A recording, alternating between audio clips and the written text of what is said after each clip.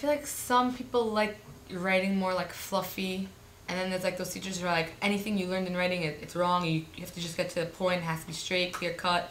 And like it's hard for some people to like adjust back and forth. Some professors are more like open to like your opinions, whereas some like they say like, oh, I won't grade you on your opinion. It's what the like how you're writing, whatever. And I feel like they base it like, do you agree with them or you disagree with them? You know.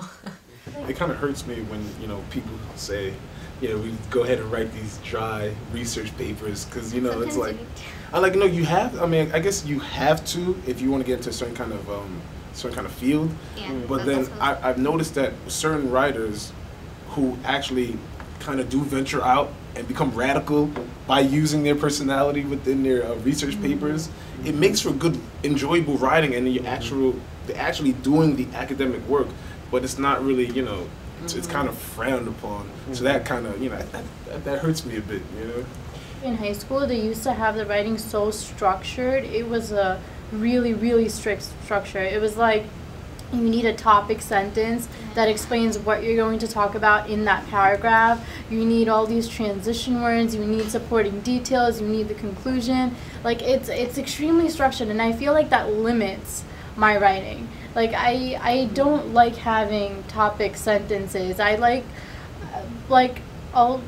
my topic sentence won't summarize what I'm going to talk about in the paragraph, because I feel like that doesn't leave much for my paragraph. I mean, yeah, I can expand on it, but still I want it to be sort of like a surprise or something new for the reader, not like, okay, this is what I'm going to talk about, and here are the details, and here's the conclusion. I remember I used to think the same exact thing when I was a sophomore, but now, when I'm basically about to leave, exit undergrad, all this, I got shut down using that that frame of mind, that way of thinking by my professor so many times when they said, no, you gotta let us know what you're gonna do, and then throughout the whole thing explain it, because I wanted to have it be a surprise and like a show. Like, you're gonna read this paper and you're gonna be so enlightened and entertained. It's like, no, tell me what you're gonna do, then do it. So it's like, for the structure that they want, they take that away from us, but we can only hold on to that in our creative writing, when you want to surprise them. So I always thought of myself a little bit as self-taught in a lot of these things, like that it's maybe not giving enough credit to other people, but I feel like I developed my own writing style. Like, I really did it individually. I didn't get it from another person or really tailor it to the way that person wanted it. That I always wrote in an individual way.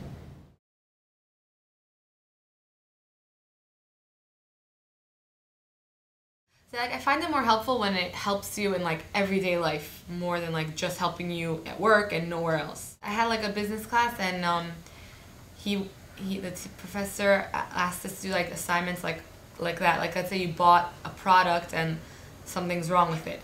Like, how would you go about writing to the company?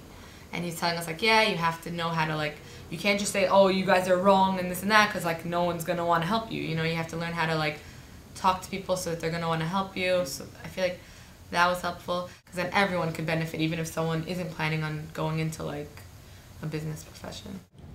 A lot of things you do in college don't have a direct bearing on what you're going to be doing afterwards, but it's still valuable to do different things in college, to broaden your horizons and to learn how to write, let's say, new ways that you hadn't written before. To learn flexibility or whatever. And so, yeah, I can't imagine I'll ever be writing a paper like that. If I were a psychology major, I would be, but since I'm not, I'm just a minor, I probably would never be writing a paper like that again. But it was good to have the experience, I think. So you would be like a character from history? Yes. Not only did you incorporate history, but you also incorporated like, your personality into it. She always encouraged us like a professor, I remember. She said, make it unique, make it something interesting. It was great. And in our papers, we would write about things that were going on inside the class and the events that were that were just like taking place. And we would also write about our own roles and the perspective that we're looking at everything that's going on from. And it was just unbelievably amazing.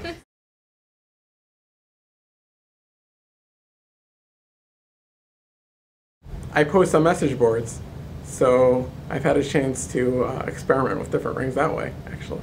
something you submit to class. You submit to the professor, they look it over, that's it, fine. Post on a message board, it has longevity most of the time. I was approaching the blogs as just a blog. Then I saw someone else really taking it like a paper. They had structured, paragraphs, and there were 3 long ones, and I'm here with 2 fun paragraphs.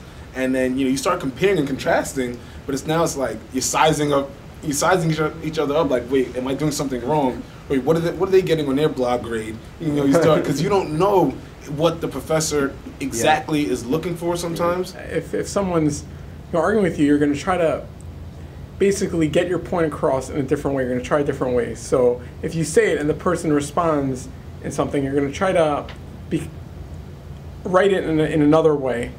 And you have to keeping in mind that it's not just for that person, because these things have an audience. Whenever there's an argument, there are a bunch of other people reading it, whether they respond or not. So for those people, you want to get your argument across clearly, and you try one way, and if that doesn't work so well, you try other ways. It kind of created a sense of community, and now you're writing and sharing ideas with everybody.